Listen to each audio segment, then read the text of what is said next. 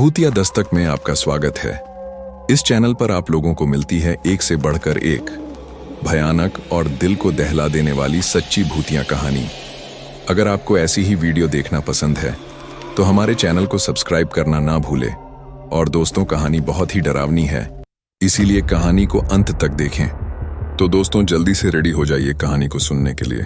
चौकीदार और उसकी आप बीती रात के अंधेरे में जब पूरा शहर गहरी नींद में सो जाता है, तब कुछ लोग ऐसे भी होते हैं जो हमारी सुरक्षा के लिए जागते रहते हैं। ऐसे ही एक चौकीदार की कहानी है रमेश, जिसने एक रात ऐसी घटना का सामना किया जिसने उसकी जिंदगी हमेशा के लिए बदल दी। रात का सन्नाटा। रमेश पिछले 10 सालों से इस गोदाम का चौकीदार था। हर रात उसकी दिनचर्या एक जैसी होती। रात 10 बजे डंडा और टॉर्च लेकर पूरे गोदाम का चक्कर लगाना, फिर गेट के पास बैठकर चाय की चुस्कियों के साथ रेडियो सुनना। लेकिन उस रात कुछ अलग था। सर्दी की ठिठुरन के बावजूद रमेश के शरीर में अजीब सी गर्मी महसूस हो रही थी। घड़ी में रात के 2 बजे थे जब उसने महसूस किया कि कोई गोदाम के अंदर चल रहा है। अजनबी परछाई। रमेश ने टॉर्च जलाकर गोदाम में अंदर झांका। हल्की रोशनी में उसे किसी की परछाई दिखाई दी। वह डर और संदेह के साथ धीरे धीरे उस दिशा में बढ़ा। कौन है वहां? उसने कड़कती आवाज में पूछा। कोई जवाब नहीं आया। परछाई एकदम स्थिर खड़ी थी, जैसे किसी ने उसके शब्द सुने ही ना हो। उसका दिल तेजी से धड़कने लगा, लेकिन हिम्मत जुटाकर वह आगे बढ़ा। जैसे ही उसने कदम आगे बढ़ाया, परछाई हवा में विलीन हो गई।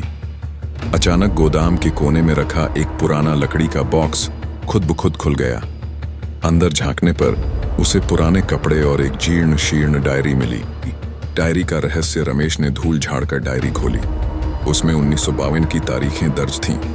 यह डायरी उसी गोदाम के पुराने चौकीदार की थी, जो कई साल पहले रहस्यमय तरीके से गायब हो गया था। डायरी में लिखी आखिरी कुछ पंक्तियां पढ़कर रमेश का शरीर कांप उठा। हर रात कोई परछाई मेरे इर्द गिर्द घूमती है। मैं समझ नहीं पा रहा कि यह मेरा वहम है या हकीकत। अगर यह डायरी किसी को मिले तो समझ लेना कि मैं भी उसी रहस्य का शिकार हो गया हूं जो इस गोदाम को जकड़े हुए हैं। डर का साया। रमेश का दिमाग सुन्न पड़ गया। वह जल्दी से गोदाम से बाहर निकल आया और अपनी सीट पर आकर बैठ गया। लेकिन अजीब बात यह थी कि जब उसने चारों ओर देखा तो उसे महसूस हुआ कि कोई उसे देख रहा है। हवा में एक हल्की फुसफुसाहट गूंजने लगी, मानो कोई उसके कानों में कुछ कह रहा हो। वह रात उसके जीवन की सबसे लंबी रात थी।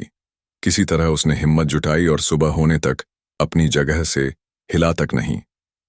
जैसे ही सूरज की पहली किरणें गोदाम पर पड़ीं, वह वहां से भागते हुए मालिक के पास पहुंचा और पूरी घटना सुनाई।